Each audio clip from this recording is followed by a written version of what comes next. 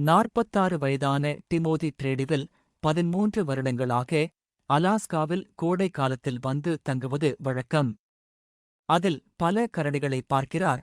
அந்த கரடிகளுக்கு செல்ல பெயரையும் கொடுத்து தனது நண்பர்களாக கருதினார். பல கரடிகளுடன் விளையாடி உள்ளார். சில கரடிகளை அவர் தொட்டும் இருக்கிறார்.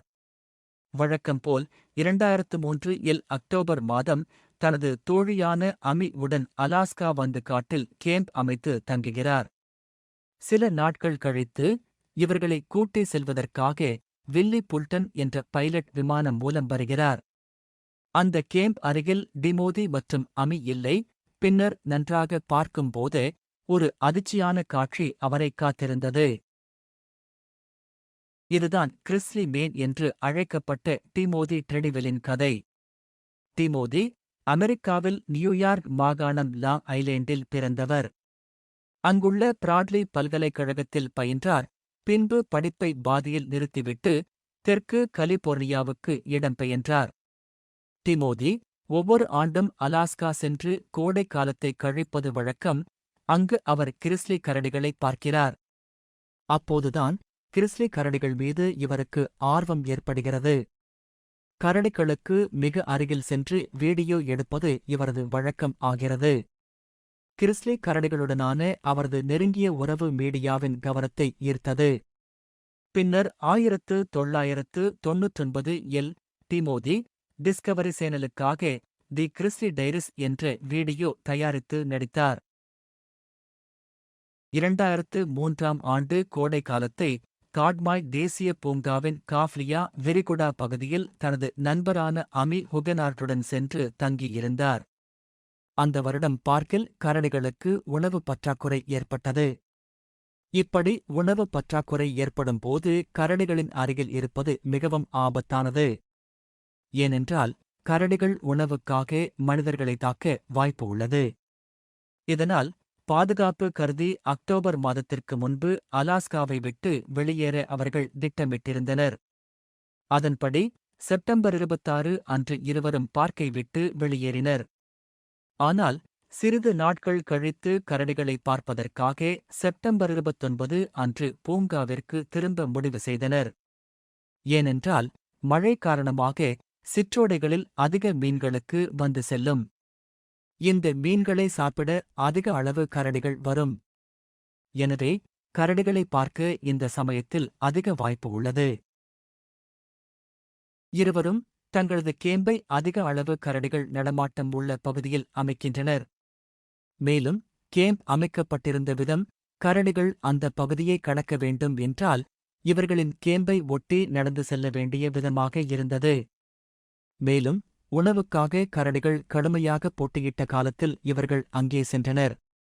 குளிர்காலத்தில் உறங்குவதற்கு கரடிகள் அக்டோபருக்குள் போதுமான எடையை அதிகரிக்க வேண்டும். அடுத்த நாள் வில்லி புல்டன் என்ற விமான பைலட் அவர்களை திரும்ப கூட்டி செல்ல அவர்களின் கேம்ப் உள்ள பகுதிக்கு விமானத்தில் வருகிறார். டிமோதி மற்றும் அமி இருவரும் ஏரி கரையில் வந்து வில்லியை சந்திப்பதாக திட்டமிட்டு இருந்தனர். ஆனால் ஏரி கரையில் இருவரும் இல்லை. உடனே வில்லி கேம்ப் உள்ள இடத்திற்கு சென்று தேடுகிறார். அங்கே அவருக்கு ஒரு அதிர்ச்சி காத்துக் கொண்டு இருந்தது. டிமோதி மற்றும் அமி இன் கூடாரங்கள் கிழிந்து உடைந்து கிடந்தன. உணவுப் பொருட்கள் மற்றும் அவர்களின் காலணிகள் தரையில் கிடந்தன. அருகில் ஒரு கரடி எதையோ சாப்பிட்டுக் கொண்டு இருந்தது. நன்றாக பார்க்கும்போதுதான் அது ஒரு மனித உடலை சாப்பிட்டுக் கொண்டு இருந்தது தெரிந்தது. அதிர்ச்சி அடைந்த வில்லி தனது விமானத்தின் சத்தம் மூலமாக கரடியை விரட்ட முயல்கிறார். பின்னர் விமானத்தை தரை இறக்கிவிட்டு நடந்து சென்று பார்க்க முயல்கிறார். ஆனால் அந்த கரடி அவரை அருகில் நெருங்கவிடவில்லை. பின்பு பார்க் அதிகாரிகளுக்கு தகவல் கொடுக்கிறார். அவர்கள் வந்து கேம்ப் சைட்டை பார்க்கும்போது ஒரு 3 அடி உயரமுள்ள ஒரு மண், இலை, குச்சிகள் மற்றும் மனித உடல் பாகங்களால் ஆன குவியல் கண்டுபிடிக்கப்படுகிறது. இந்த குவியலில் அமி இன் உடல் பாகங்களை உடலை கரடி பதுக்கி வைத்து இருந்தது. விரல்கள் மற்றும் ஒரு கை வெளியே நீட்டிக்கொண்டு இருக்கிறது. அங்கிருந்து சிறிது தூரத்தில் டிமோதியின் தலை, சிறிது முதுகெலும்பு உடன் கிடக்கிறது. சிறிது தூரத்தில் அவரது இன்னொரு கை கண்டுபிடிக்கப்படுகிறது. டிமோதியின் கூடாரத்தில் அவரது கேமரா இருந்தது. அதில் இந்த கரடி தாக்குதலின் சத்தம் முழுதும் பதிவு ஆகியிருந்தது. அதில் பயந்து போன அமி, கரடி இன்னும் அங்கு உள்ளதா என்று கேட்கிறார். அதற்கு டிமோதி அமியிடம் தன்னை கரடி கொள்ளப் போவதாகவும் அங்கிருந்து ஓடிவிடுமாறு கத்துகிறார். பின்னர் அமி கூடாரத்தை திறந்து ஓடுகிறார். அப்படி ஓடும்போது டிமோதியை இறந்தது போல நடிக்க சொல்கிறார். பின்பு காட்டுப்பகுதியை நோக்கி அமி ஓடிச் செல்கிறார். அமி போடும் கூச்சலில் முதலில் கரடி டிமோதியின் தலையை விடுவிக்கிறது. பின்னர் அமி உதவி செய்ய அருகில் வருகிறார். அதை பார்த்த கரடி டிமோதியின் தலையை கவ்வி அவரை இழுத்து செல்கிறது. டிமோதி வலியால் அலறுகிறார். கரடியை தாக்க அமி இடம் சொல்கிறார். அமி ஒரு சமைக்கும் கடாயால் கரடியை தாக்குகிறார். ஆனால் கரடி ஒரு சத்தம் கூட போடவில்லை. டிமோதியின் அலறல் சத்தம் மெதுவாக நிற்கிறது. அவர் வலியால் முனகும் சத்தம் மட்டுமே இப்போது கேட்க முடிகிறது. பின்னர் அமி என் அலறல் சத்தம் கேட்கிறது. அவரும் வலியால் கத்துவது கேட்கிறது. இதோடு காமெராவில் உள்ள ரோல் முடிவடைகிறது. டிமோதியை கொன்ற பிறகு கரடி அமியை கொன்றது அதில் தெரிந்தது.